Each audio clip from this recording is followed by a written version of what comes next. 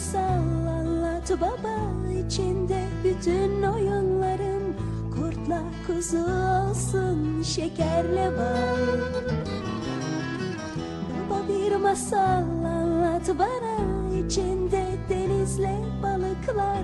Yağmurla kar olsun, güneşle ay.